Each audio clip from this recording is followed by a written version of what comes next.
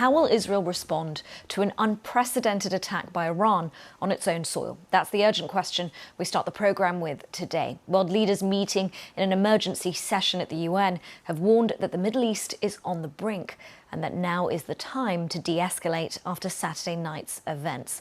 For its part, Iran has insisted its actions were retaliatory. Opening the meeting, the UN Secretary-General Antonio Guterres told diplomats, quote, "It's vital to avoid any action that could lead to major military confrontations on multiple fronts in the Middle East."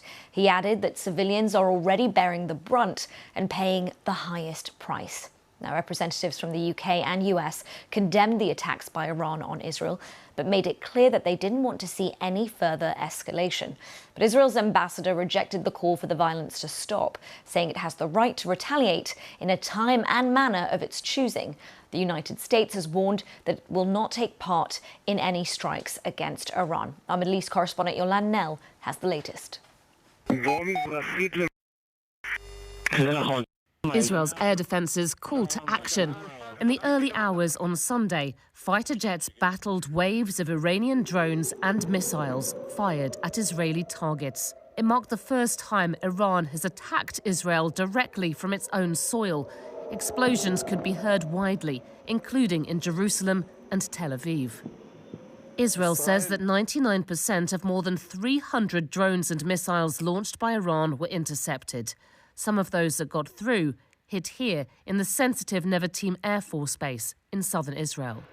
Nearby, 7-year-old Amina Hassouna was seriously injured when a missile fragment struck her house. The children were frightened and wanted to run away from home, and that's when the missile hit our house. The Israeli War Cabinet met yesterday to plan its next move. One of its members, Benny Gantz, said Israel would exact a price from Iran when the time is right. And last night, the UN Security Council met in an emergency meeting following the attacks. Israel called for sanctions on Iran and reiterated its right to a response. This attack crossed every red line, and Israel reserves the legal right to retaliate. We are not a frog in boiling water. We are a nation of lions. Following such a massive and direct attack on Israel, the entire world, let alone Israel, cannot settle for inaction. We will defend our future. Iran's ambassador to the UN told the meeting that its actions, which were in retaliation for a deadly airstrike on its consulate in Syria, were justified. These countries, especially the United States, have shielded Israel from any responsibility for the Gaza massacre, while they have denied Iran's inherent right to self-defense against the Israeli armed attack on our diplomatic premises. Amid rising tensions, the attacks have received widespread international condemnation. The scale and nature of Iran's heinous assault, the first direct attack from Iran on Israeli soil, poses grave risks to the security and stability of citizens across the Middle East. Now, world leaders are pressing for de-escalation in a bid for calm in the region. We have a shared responsibility to work for peace. Regional and indeed global peace and security are being undermined. All eyes are on Israel and how it responds. Yolande Nell, BBC News, Jerusalem. Let's take a closer look at the strikes on Saturday night. Iran may have appeared to try and overwhelm Israel's air defences with multiple waves of drones and missiles. But Israel's advanced defence system, known as the Iron Dome, destroyed most of them in the air with the help of its Western allies. Our defence correspondent Jonathan Beale has more. So how was Israel able to defend itself with the help of its allies? First, they knew about the attack. It was telegraphed in advance. But the scale was significant, with more than 300 weapons fired, including more than 170 armed drones, 30 cruise missiles and 120 ballistic missiles, which can travel twice the speed of sound. Most of those were fired from Iran itself, the first time Iran's directly attacked Israel from its own territory. But the US says some were also launched from Iraq, Syria and Yemen. Iran has demonstrated that it has an appetite for risk, but it doesn't have an appetite for too much risk. It wanted to impose a cost on the other side without necessarily triggering a broader escalation and an all-out confrontation. So how were they stopped? Well, both Israel and the US were warned and prepared. American destroyers positioned in the eastern Mediterranean shot down several ballistic missiles. RAF Typhoons flying from Cyprus shot down a number of drones, as did US jets and fighters from Jordan.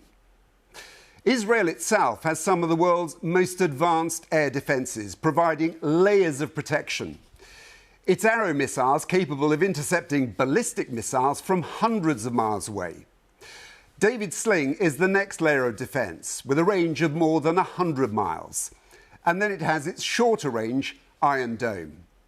These pictures over Jerusalem show the Iron Dome in action, the last line of defence. I mean, ultimately, Israel spent billions of dollars to be prepared for exactly this scenario, had the help of its allies, and very much neutralised what could have been a much more consequential attack. Israel says most of what Iran fired was destroyed even before it reached its territory. Here's one that was shot down over Iraq. But there was one exception. An Iranian missile did get through its defences, hitting an airbase. Confirmation that it was targeting military sites. But in this case, it caused limited damage. This was a calculated attack by Iran using just a fraction of its firepower. Enough to send a message, but not enough to overwhelm Israel's air defences. That was Jonathan Beale, where Jonathan Conricus is a former spokesperson for the IDF. He explained what Israel's response might be. Well, it depends really very much on the strategic aim and what Israel will try to achieve by retaliating, because I think that Israel won't retaliate for the sake of retaliating. It will retaliate as part of a bigger plan. And really the problem here in the Middle East with Iranian activity is that for many, many years, Iran has in fact very successfully built kind of a ring of terror organizations right around Israel's borders. That is a problem, and the reality since October the 7th is that it's clear for Israelis that we cannot go on living like this. We cannot live with terrorist organizations on our borders that have the ability to choose when, how, and at what location to strike Israel, like Hamas did on October the 7th. And with Iran's attack on Israel for the first time from Iranian soil at Israeli soil, that offers, if you'd like, an opportunity to really change fundamentally the situation in the Middle East and to improve security, bottom line, for Israelis in their homes. Ricus there. Well, let's speak to our Middle East correspondent, Yolande Knell, who is in Jerusalem live for us. Yolande, good to have you. What's the mood there? What are we hearing from not only Benjamin Netanyahu, but his war cabinet? Well, the Israeli war cabinet met for about 3 hours, we understand, yesterday, but didn't yet come up with a decision on exactly how to respond to this unprecedented attack by Iran. We're told that there are divisions between the key members of the war cabinet over the timing of a response and exactly what form it should take. Now, that said, Israel's military, we're told, has been drawing up all different possible options for a response. And you've also got signs, really, that Israelis are getting back to their ordinary lives after the shock of what happened. You had the Israeli military on Saturday night, just before these some 300 attack drones and missiles were launched by Iran. You had them putting in place restrictions that closed schools and universities and limited the size of public gatherings. Now those have been lifted a bit sooner, really, than many people expected. And that's being seen, of course, as a sign that the Israeli military does not believe another attack is imminent at this stage. And Yolande, Western allies are urging restraint. We keep hearing that word calm, but how much leverage do they actually have over Benjamin Netanyahu, who is facing domestic pressure as well? I mean, indeed, there's a whole spectrum of opinions in the just among Israeli politicians. You have the far-right National Security Minister Itamar Ben-Gvir, who's actually said that Israel should go crazy here to restore deterrence in the region, while you have international allies who were so much involved. The US, the UK, France, Jordan and other allies, we're told, were involved in shooting down drones and cruise missiles, even some of the ballistic missiles that were fired. Really, asking for restraint here, saying they don't want to see a regional escalation. And it's interesting because within the War Cabinet, which really has only 5 members, 3 of them decision-making members, from the Israeli Prime Minister, from his Defense Minister and from the centrist Benny Gantz, we're getting a bit more of a sense that things could be balanced.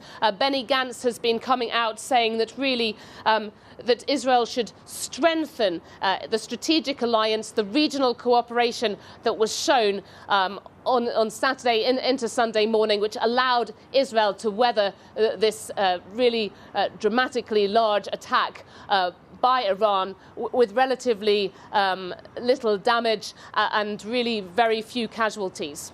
All right, that's really important context. Thank you, Yolande, for that update.